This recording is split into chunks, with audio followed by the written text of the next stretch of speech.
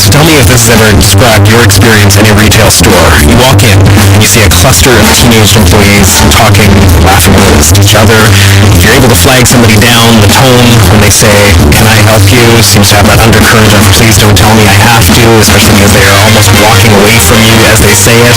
And then the ones who do want to talk to you seem to take delight in trying to get you to pay as much money as possible in between not knowing anything about the product, with a verbal shrug that goes something like, "Yeah, I don't really know." So I have to admit, all of those experiences did play a role in shading my mind when I walked into the store, Kiddy Town, looking for baby strollers and car seats. And a teenage employee started walking towards me, wanting to help. I was kind of caught off guard. And what struck me even more was he actually knew everything about the product and didn't want me to buy the most expensive thing in the store. These are buggy boost strollers. These ones have quite a heavy price tag of 1,000. So wow, not always on everybody's budget. A good thing about the buggy boost community in particular is you can reverse the seat just by pulling it off. You have two large buttons, flipping it around. Oh, and that's not quite a unique feature, just because a lot of other ones can do that.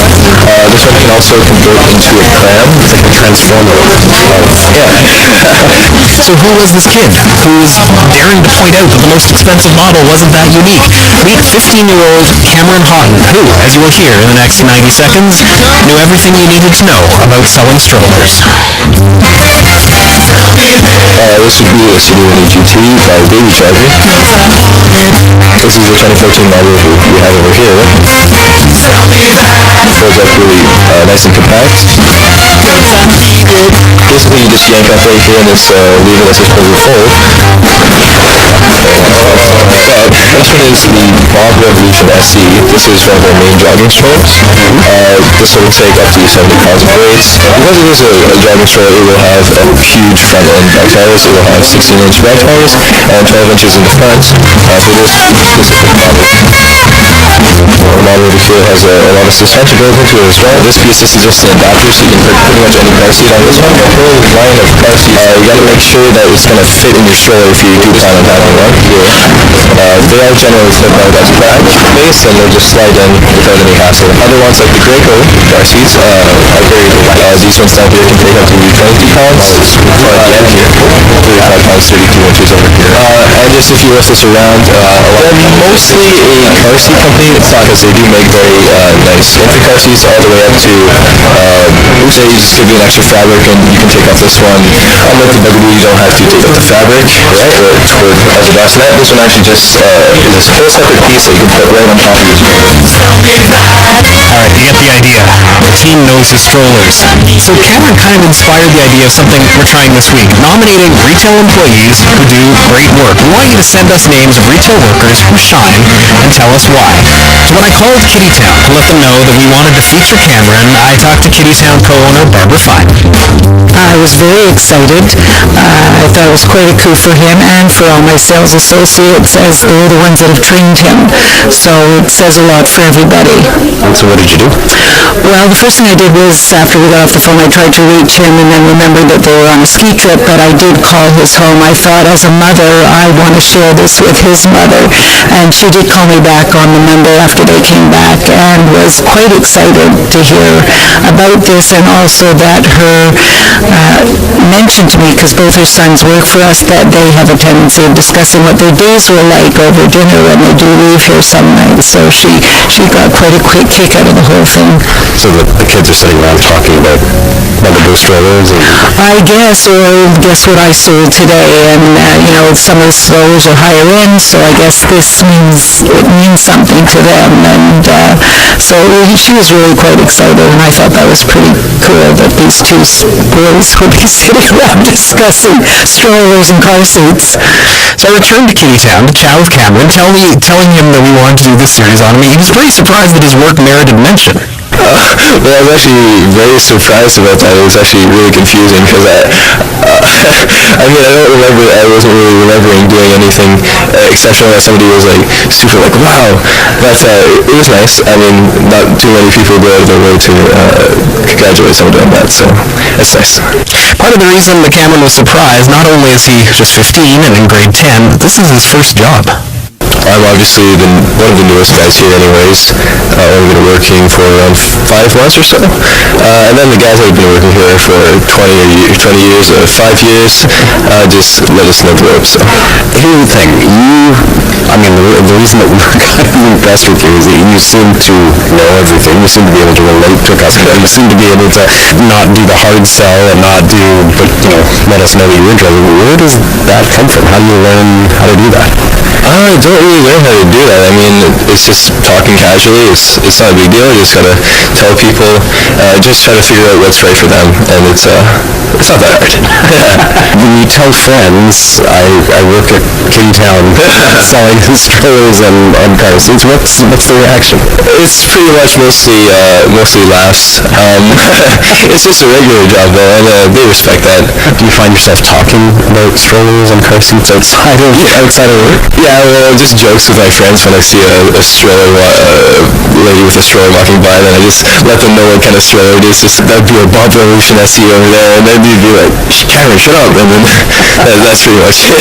Do most of your friends, your classmates, have jobs?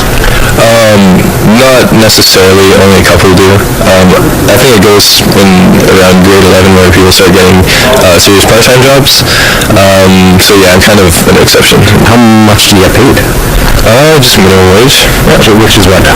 Is $10.25, and there's no commission here, so we don't really try to force anything on somebody. A lot of working here is just so I don't spend my time, just don't waste all my time, so I can actually come here, get some experience, and just get a little bit of spending money with it. Obviously, I save some, but a lot of it just goes towards food, lunch, stuff like that. Food where? Where does Cameron eat? I go to Wendy's way too much, but that's usually my go-to place. Yeah. $10.25 an hour. What's going towards? Wendy's burgers. That's fine. If you're not making a commission and there isn't the sort of drive, it's not like correct me if I'm wrong, but I'm guessing there's not going to be a big promotion around the corner for you. What's the motivation to do a good job? What is the motivation? I know it's a weird question, but you go to a lot of stores and sometimes you're completely ignored by the staff. Sometimes you get people who looks like they didn't learn that much about the products. So what is the motivation for you to actually know what you're doing? You get kind of a satisfaction anyways if a customer is really happy with you. You get that kind of feeling that you did a good job, and that's just a nice thing to feel. And obviously you don't want to get yelled at by your bosses, so that's a big thing as well. But yeah, generally sitting around is not that fun, so helping customers is definitely more of a way to go. Kiddytown co-owner Rhea Himes-Hochstadter had several very good reasons for hiring a high school student like Cameron, namely how hard it is to find great staff in retail. He's efficient, he's clean, he's organized, he learns about the product quickly, and whatever the customers want, he helps them with. And if he's not sure, he'll ask some of the people who have been here a little longer. People think they can learn to be a salesperson, and they can with time and skills and tools, but there's some that just have the gift. And it's hit and miss every time. Some are great, some aren't so great. Some you wouldn't expect to be good. Some give too much knowledge. It's always great to have knowledge and be very smart, but it confuses a consumer. So they walk away just totally confused. So it's a real hard balance to get somebody who's perfect. So I would say in all sales, nobody really is perfect, but they deliver enough to keep the customer happy. Do you see a lot of ones who aren't that great who are coming in for work? We do, and sometimes we keep them, because sometimes they might have another skill. They might be a good clean freak, and they might want to organize. Right. But they're so busy organizing, they're forgetting that the key thing is to sell. But the one who can sell can't organize worth a damn. So you sort of have to balance. You sort of have to balance it out. Like I'll go, how many times do I have to put away the hangers? And I see from my little window, do I see the store full of merchants? Then I take my Valiant, and then I go back and look out the window again. It's very frustrating. It is really hard to get great staff today. Why do you think it's so hard? Because you can get a government job Monday to Friday, probably taking care of you much better. Yeah. Doing the pushing paper. We're only open Thursday, and this store, well actually, so it's Thursday, Friday, Saturday, Sunday. And so you don't have enough staff. You need double the staff on the Saturday and Sunday, especially in that area. So to get older people, it just doesn't happen, right? Most of them want full-time. If they want part-time, they don't want weekends. So that's where your students, just like everywhere else, like the Tim Hortons, are packed with students. So after their classes, they come. The fact that they're good and they're staying here, we've been very, very lucky over the years. Like I just lost 2 university students. The hardest things with the university students is they come and go if they're ever from out of town. Right. So I lose them in the summer, I lose them on holidays when I need them, like March break or, Christmas. So now I've been going to the next level, so a little bit more high school students. I do have to say, when I see their resumes, I do look for honors programs that they're in. So, and I look at what their extracurricular is. Because if they're involved with a lot of activities, that means they're very organized. So there's a lot of things to look on a resume to see why you think that student would be good. Beyond the job experience. Job experience could be worth nothing because they could have just sat and folded something, not even talked to anybody, whatever their job is. They might have not even been a good salesperson. They're quite young, so they don't have tons of ability. They might have worked at a camp. But you can see if they do music and if they did, Boy Scouts. It's really weird what you can see on a resume. They're on the band, or they're in charge of school relationship programs or something. You can just look down this resume and say, oh, this kid, honor roll, grade 9, grade 10, 11. You know when a kid's organized and kid's involved, you know that there's a good structure from before. Which seems to be the case in the Houghton household, as both boys are apparently pretty good employees at Kittytown. All that to say, Cameron says he's not perfect. Occasionally, there are those customers he just don't know how to handle. Do you ever get the really rude customer? Yeah, those are not too fun. Usually try to brush them off to like my brother to handle them, and then he's kind of like, Cameron, please, why? If we don't know a really small fact, some people get really offended by that. They kind of don't trust you anymore if you don't know that one thing, And then they just start saying like, do you even know what you're doing here? And then it's like, I don't really want to deal with you anymore. So then, And then you give them to your brother. well, I do what I can, and then if I'm really out of it, then it's like, yes, someone else can handle that. Cameron Houghton of Kittytown, you are the first retail employee being honored in the All in a Day Are You Being Served series, reminding us that yes, service can be done with excellence and know-how. You can see Cameron at work at Kittytown at 2265 Gladwin Crescent over near the Science and Technology Museum. Okay, so that was a retail worker who impressed me. But I'm wondering who you met. You can email us allinaday@cbc.ca or tweet us cbcallinaday.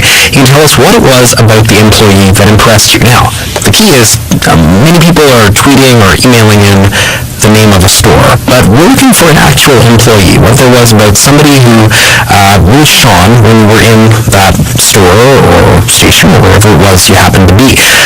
You don't necessarily need to know their name, because I know sometimes you have an amazing experience in the store and you leave and you realize, oh man, I should have found out who that man or woman was. But if you can describe who they were and what happened, what your experience was like, let us know. allinaday@cbc.ca, or you can send us a note on Twitter, CBC All in a Day.